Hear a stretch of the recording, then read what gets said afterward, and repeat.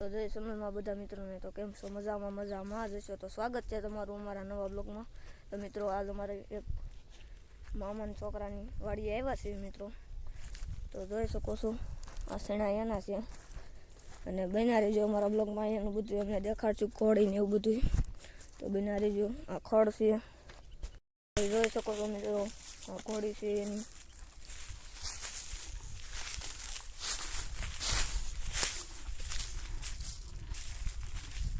આ એના બધા સામાન છે. આ બગીચામાં પણ તમને દેખાડશું. આપણે એમાં આટો મારવાનો છે. તો બન્યા રહેજો અમારા બ્લોગમાં.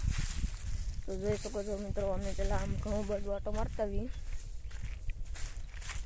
તો આટલામાં ડુંગળી વાવી છે. અહીંયા આંબાની કલમ વાવી છે, ડુંગળી છે. આ ચીકુડી લાગે છે. જામફળ, પપૈયો એવું બધું વાવ્યું છે મિત્રો. ઈંડોળા મજા આવે એવી વાડી છે. જોઈ શકો છો મિત્રો, જામફળ.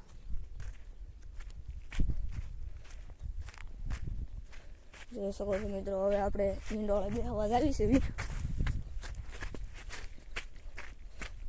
જો મિત્રો, આ બધા ઘઉં એના છે. તો મિત્રો જોઈ શકો છો, ઈંડોળો હિસકવા મળે. ઈંડોળો બહુ મસ્ત છે.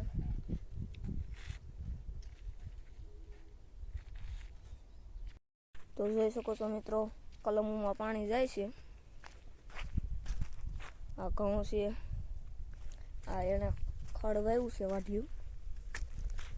આ દેશી ઝૂંપડી બહુ મજા આવે એવી વાડી છે અહીંયા. તો જોઈ શકો છો મિત્રો, દાડિયા બધું કામ કરે છે, પાથરા કરે છે. તો જોઈ શકો છો મિત્રો, અહીંયા ખડ છે.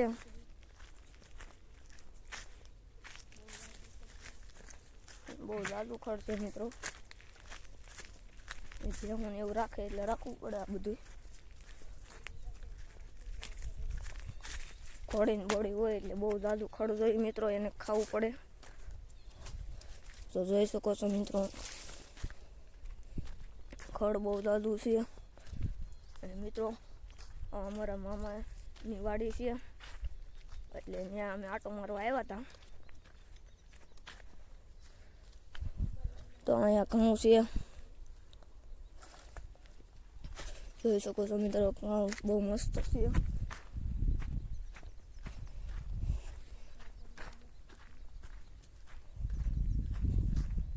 તો જોઈ શકો છો મિત્રો, અહીંયા પડખેની વાડીમાં દાળિયા છે. અને મિત્રો આ વાડીએ પણ દાળિયા છે, એ તમને બતાવશું.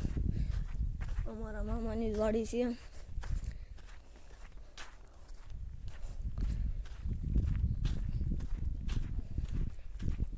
અને મિત્રો ઘોડી પણ છે અહીંયા, એ તમને છેલ્લે બતાવશું.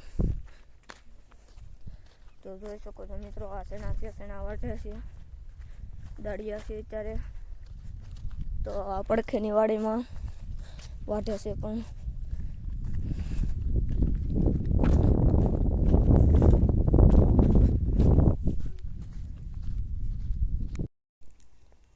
તો જોઈ શકો છો મિત્રો, અહીં બાજરી છે.